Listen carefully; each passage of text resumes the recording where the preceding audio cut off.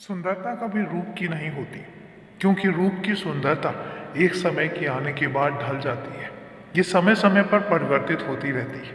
जब एक छोटा बच्चा होता है तो बहुत सुंदर होता है। उसके बाद धीरे धीरे वह अपना नया रूप लेता चला जाता है और उसके बाद फिर वो फिर सुंदर होता चला जाता है। लेकिन एक समय ऐसा आता है जब सुंदरता ढलना शुरू हो जाती है। लेकिन इसका मतलब ये नहीं है कि व्यक्ति की बाहरी सुंदरता ही सब कुछ होती है। आंतरिक सुंदरता सबसे ज्यादा महत्वपूर्ण होती है, क्योंकि अगर मन सुंदर है तो मन सुंदर बचपन में भी होगा, मन सुंदर जवानी में भी होगा और मन सुंदर बुढ़ापे में भी होगा। हर समय पर मन सुंदर रहता है, एक जैसा रहता है। उसमें छल कपट नहीं होता, क्योंकि उसमें सुंदरता भरी पड़ी है। उसमें बिल्कुल भी निश्चल स्वभाव भरा पड़ा हुआ है। लेकिन ये तन की सुंदरता क्षणिक होती है।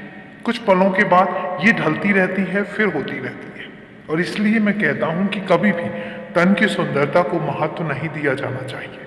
अगर तुम्हें अपनी सुंदरता को बढ़ाना है तो मन की सुंदरता को बढ़ाओ।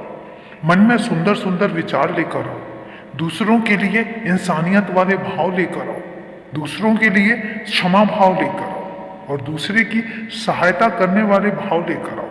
कितना कुछ भी हो जाए, अगर कोई तुम्हारे पास सहायता के लिए आता है तो उसकी सहायता बिना किसी स्वार्थ के करो, बिना ये सोचे करो कि वो जिसकी सहायता तुम कर रहे हो वो तुम्हें पलट कर क्या देगा।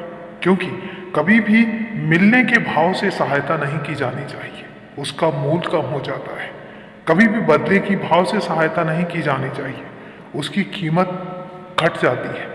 और हमेशा सहायता करने के जो भाव होते हैं वो बिना किसी छल कपट के होने चाहिए, बिना ये जाने पहचाने होना चाहिए कि वो कौन है, वो कैसा है, ये वो पैसे वाला है या वो निर्धन है।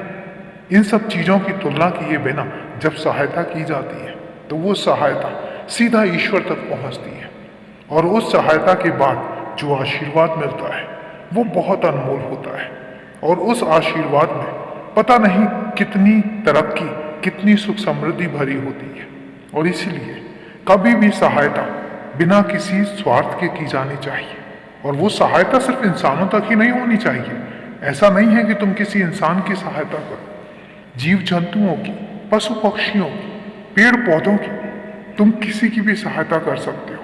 पेड़ पौधे अगर मुरझाए हैं तो तुम उनमें नई जान डाल सकते हो। जीव जंतु अगर किसी सहायता के लिए निसहाय है तो तुम उनकी भी सहायता कर सकते हो। और इसीलिए सहायता किसी भी रूप में हो सकती है। बस ये करो, बाकी मुझ पर छोड़ दो। खुश रहो, हमेशा खुश रहो।